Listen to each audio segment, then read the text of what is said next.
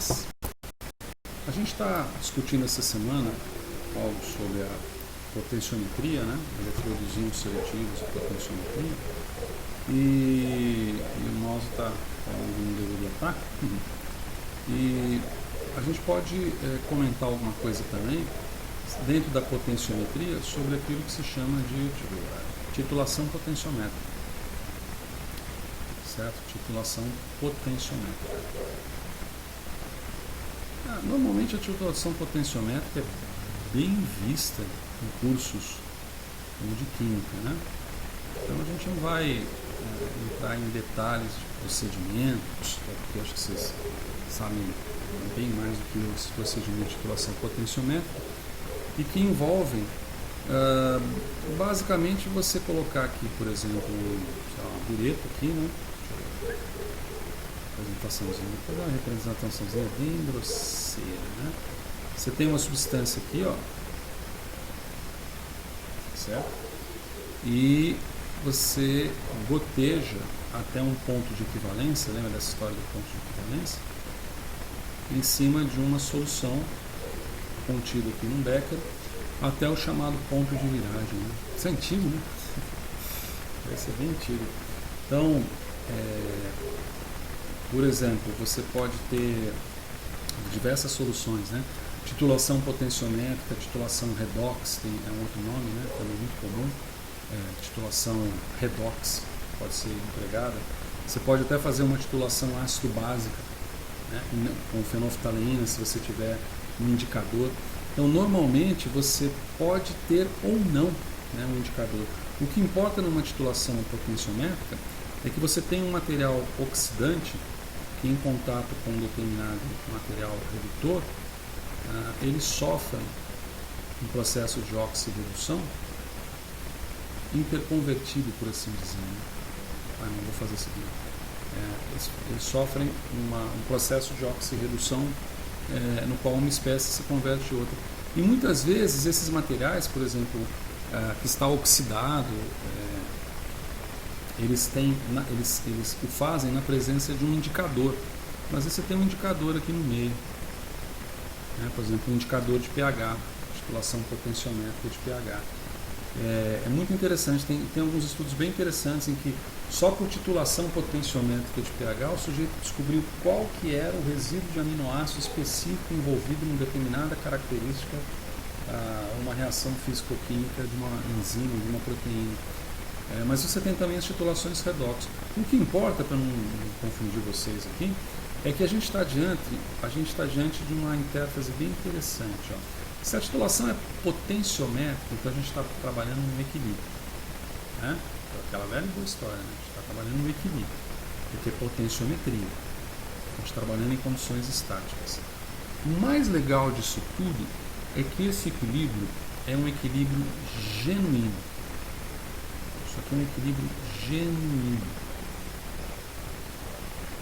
Até agora, a gente trabalhou com a ideia, a gente refletiu a ideia de equilíbrio, só que essa ideia de equilíbrio, que, por exemplo, é muito presente em eletrodos do tipo ISE, pode ser chamado de um termo bem interessante que o Paul Monk usa, que é equilíbrio frustrado.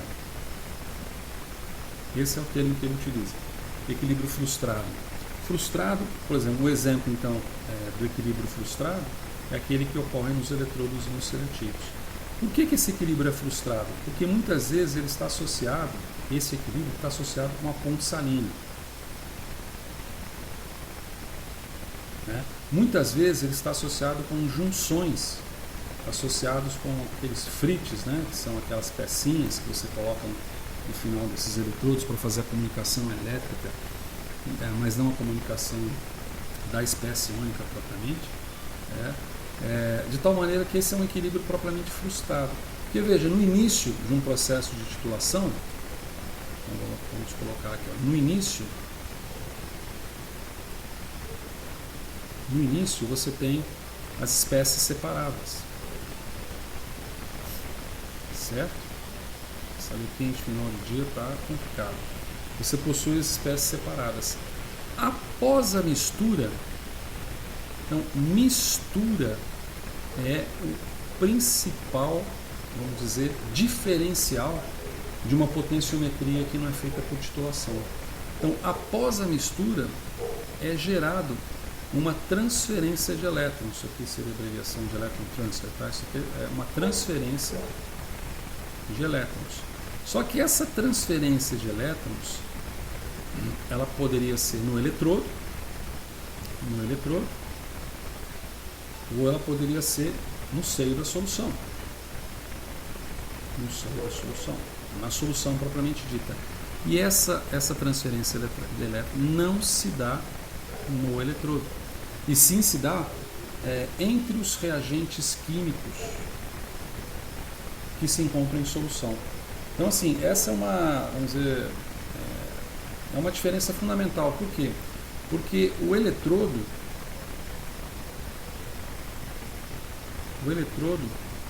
apenas participa como um sensor, como um probe, tá? Como um probe. Ele funciona aqui apenas como um sensor do que acontece na reação química na solução. Tá? Esse é um diferencial bastante interessante que eu vejo, né, em relação à potenciometria propriamente dita. Tá bem? E tem outros diferenciais, então vamos colocar aqui diferenças. Não sei se cabe diferenças aqui, mas diferença de quê, cara? Vamos colocar aqui, ó, diferenças da potenciometria propriamente dita. Eu vou colocar entre aspas aqui, tá? Potenciometria, entre aspas, propriamente dita, 2 pontos. Vou puxar o machado para cá. E essa aqui é um. Existe uma mistura que não envolve propriamente a transferência de elétrons no eletrodo. E existe uma outra diferença que é bastante significativa. Você tem 2 grandes problemas que envolvem a potenciometria, né? Um deles é a queda ônica, tá certo? Um deles é a queda ônica. Bom, a queda ômica, no caso da titulação potenciométrica, ela é muito baixa. Ela é considerada negligível. Por que ela é considerada negligível? Porque essas espécies químicas, essas espécies iônicas envolvidas, estão a alta concentração. Tá? Então você trabalha, por exemplo, com altas concentrações de permanganato, altas concentrações de cério, né? Então a gente está trabalhando, você pode trabalhar aqui com ferro, você trabalha aqui com cério, você trabalha com permanganato. Agora não sei se é menos ou 2 meses, agora estou na dúvida aqui. Tá? Isso faz com que, se você tem uma alta concentração das espécies iônicas, você tenha, agora me fugiu aqui a palavra, uma alta concentração das espécies, me fugiu aqui a palavra. Se eu lembrar, eu retorno, tá bem? Vamos apagar a luz aqui.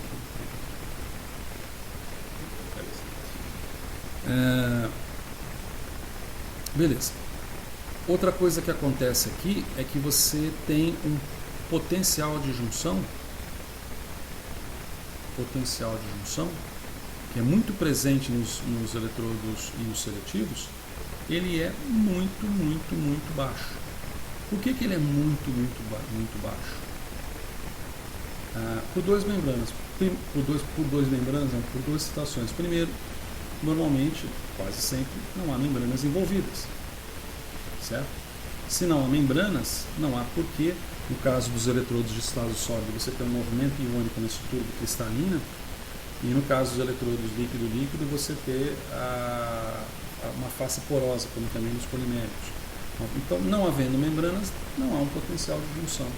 E outra coisa que não há um potencial de junção é que há uma mistura. Há uma mistura vigorosa das espécies químicas na titulação, né? Por um efeito de titulação. Então, por conseguinte, você elimina basicamente esses 2, então também torna-se negligível, vou colocar aqui, negligível. Você elimina esses 2 fatores que são muito presentes nas estruturas de eletrodos não seletivos. Tá certo? Bom, beleza. Tem mais um espaçozinho aqui. Essas são as diferenças. Ótimo. E aí como que você faz as medidas, né? Medidas, titulação potenciométrica. Medir. Eu não vou entrar em grandes detalhes dessas medidas, mas isso aí você deve lembrar lá da graduação, em que basicamente o que você coloca aqui é um volume do titulante, coloca o volume do titulante, e aqui você observa o resultado, por exemplo, da força eletromotriz do sistema, ou você observa o potencial elétrico, né, ou potencial elétrico descontado do potencial de referência, tá? O que importa é que você tem um sinal. E esse sinal, vamos colorir, é sempre bom colorir. E esse sinal ele tem sempre esse tipo de perfil, é um perfil mais ou menos sinusoidal, tentei fazer mais ou menos sinusoidal, no qual este ponto médio aqui é o chamado endpoint, também conhecido como ponto de viragem, lembra disso, né? Ponto de viragem, também conhecido como ponto de equivalência. Ponto de equivalência. A partir desse ponto de equivalência, a gente consegue calcular, por exemplo, uma constante de dissociação de espécies, a gente consegue calcular os parâmetros a partir daí. Tem várias formas de se fazer isso também, né? Você pode, por exemplo, calcular isso, na verdade, a partir de uma primeira derivada, né, do potencial elétrico pelo volume, contra o volume do titulante, de tal maneira que você vai ter esse ponto de equivalência observado. Nossa, mas isso ficou muito feio, hein? Você também não mudou muito, mudou? Não, não mudou não. Então você tem, por exemplo, uma curva gaussiana e esse ponto de equivalência se situará aqui, né? Tá certo? Pode situar quando você faz a primeira derivada da espécie. E você tem outras representações também, como o chamado, será para onde que eu consigo ir aqui?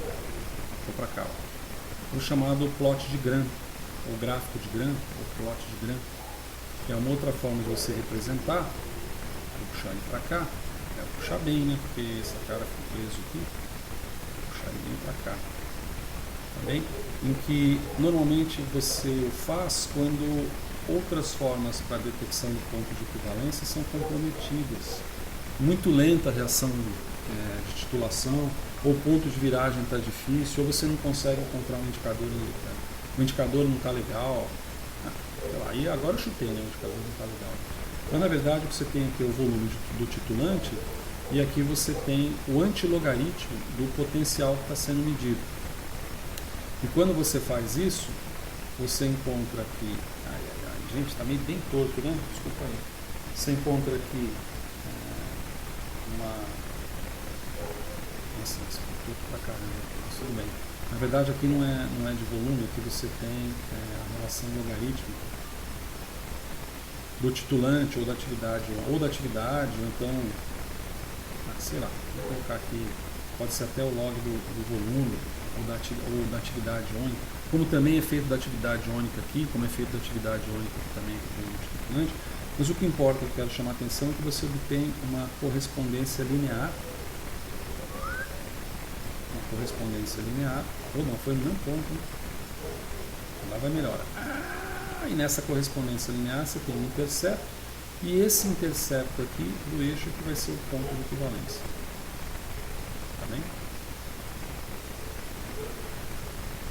Pode representar. Ponto de equivalência colocado aqui. Então, se a gente colocar uma representação... tá! Agora que eu lembrei aqui no babado. O que eu queria lembrar da queda iônica, acabei esquecendo novamente. Não, lembrei. Aqui, ó. Quando você tem essas espécies iônicas em alta concentração, obviamente você terá uma baixa resistência da solução. Era só isso que eu queria lembrar. E havendo uma baixa de resistência da solução, aquela história dos dois componentes, né? Que é a resistência não compensada e compensada sendo baixas, você elimina o efeito da queda iônica. Então, exemplificando isso para a gente fechar, em algum lugar, aqui, ó, titulação potenciométrica, tá certo? Então você tem aqui representado uma titulação potenciométrica convencional, Você tem um eletrodo de referência, um eletrodo inerte, que vai atuar apenas como uma sonda sensor, mais nada. Agitador magnético, então olha só que diferença, né? Você tem uma agitação vigorosa, constante no sistema, não é aquele negócio de ficar mexendo o Erlenmeyer embaixo da bureta, não. Você tem uma agitação magnética constante que fará com que você tenha uma distribuição homogênea e portanto, o efeito de coeficiente médio de atividade iônica eliminado no sistema, né? Tá certo? E aqui você tem basicamente uma representação do que se faz normalmente. Você pega ou o logaritmo da atividade iônica ou o volume da solução que está sendo titulada, elimina essas linhas de base. Opa, agora eliminei feio essas linhas de base, né? Contrasta essas linhas de base aqui e determina, a partir da média, o ponto médio que seria o ponto de equivalência. Tá certo? Uma outra representação da mesma situação, mas na qual, ao invés de eu manter os dois eletrodos, o de referência e o eletrodo sensor, dentro do mesmo receptáculo, ou seja, dentro na célula eletroquímica, eu coloco eles separados fisicamente, por motivos variados, e coloco uma ponte salina de comunicação, né? Uma ponte salina de comunicação com um KCl violentão aqui em alta concentração, por exemplo, 3 molar, sei lá, para permitir que você tenha esse equilíbrio eletrolítico, né, das espécies. Também sobre agitação magnética, como você pode ver. Tá?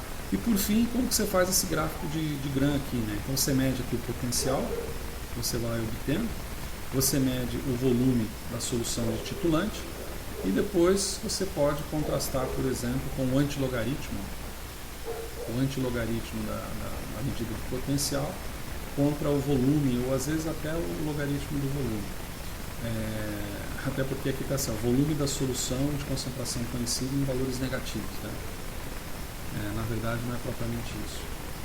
Então você tem aqui o antilog, né? Então log 10 de MF, na realidade pega o antilogaritmo, tá certo? Então, deixa eu ver se tem mais uma. Sim, tem mais uma aqui, saideira. Então, ampliar aqui, que diz respeito ao emprego de alguns indicadores comuns, redox para sistemas, tá? Indicadores redox. Como, por exemplo, o famoso azul de metileno, que é um indicador que se apresenta numa coloração azulada muito forte quando ele está oxidado, por exemplo, na presença do oxigênio. Quando você retira o oxigênio da solução, ou reduz, ele vai tendendo ele tende a ficar incolor, ou seja, em um estado reduzido ele fica incolor.